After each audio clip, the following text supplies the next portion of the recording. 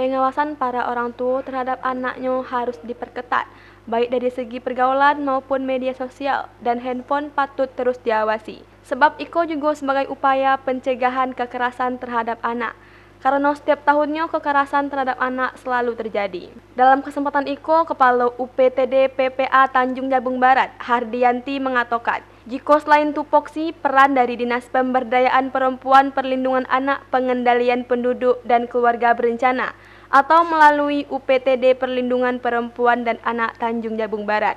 Namun peran orang tua juga perlu diawasi, sebab di era teknologi canggih seperti saat Iko, tipu daya pelaku kekerasan terhadap anak dapat terjadi. Seperti halnya saat Iko saja UPTD PPA Tanjung Jabung Barat menangani atau mendampingi kasus kekerasan anak, yakni kasus seksual, dan mayoritas terjadi terhadap anak perempuan. Sebab pendampingan psikologis anak yang menjadi korban pelecehan seksual harus didampingi secara khusus dan butuh proses sebab korban kerap trauma akibat kejadian tersebut. Selain itu diakui Yanti, faktor media sosial dan handphone menjadi pemicu terjadi kekerasan terhadap anak seperti kekerasan seksual.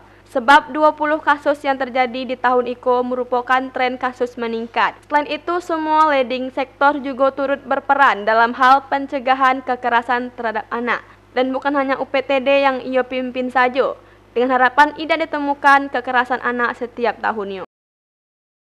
Kasus anak dari tahun 2023 ini meningkat, apalagi kasus seksual. Dan yang sekarang lagi masalahnya adalah kasus TPO. Jadi anak menjual anak. Dan ini kasusnya di sini anak yang dijual TPO itu ada 3. Nah sekarang yang satu kebetulan dia mengaku TPO itu di Tajak Timur, jadi berkasnya dilimpahkan ke Provinsi Jambi.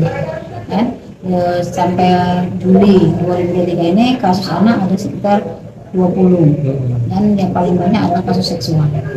Dari UPTD yang jelas kami memberikan pendampingan hukum, pendampingan psikologis. Seandainya sama terakhir kami lakukan pendampingan pada waktu persidangan. Nah kalau dinas sih banyak sudah kegiatan dilakukan, salah satunya kita sudah melalui dengan Kabupaten Layak Anak, dan alhamdulillah tahun ini kita sudah dapat Madya. Nah, dan itu salah satunya di dalam indikator 5 itu adalah perlindungan khusus anak terhadap anak-anak yang mengalami kasus kekerasan ini. Jadi kalau dinas itu bukan hanya anak kasus bayi, tapi ada namanya anak MPK, anak yang memerlukan perlindungan khusus. Itu anak disabilitas, anak terisolasi, anak korban kebakaran, anak pelaku menyimpang, anak pornografi, banyak yang dilindungi oleh negara. Nah, dari dinas kita, dari P30 kebetulan kemarin saya memegang juga dari perlindungan anak, banyak telah kita lakukan. Yang salah satu kita telah membentuk PATBM di Tanjung Barat, sudah ada 72 PATBM, yaitu perlindungan anak terpadu berbasis masyarakat di desa. Dan tahun ini sudah kita lakukan pembinaan sekitar 9 PATBM, kemudian sekolah-sekolah pun telah kita lakukan sosialisasi dan pembinaan jangan sampai ada terjadi kekerasan baik fisik, psikis yang terjadi di sekolah. Kita ingin menerapkan bahwa di sekolah harus ada disiplin positif, tidak ada lagi sistem disiplin yang negatif seperti zaman dahulu. Pertama kali dari pengaruh media sosial, mereka bisa membuka link-link film-film yang konten negatif.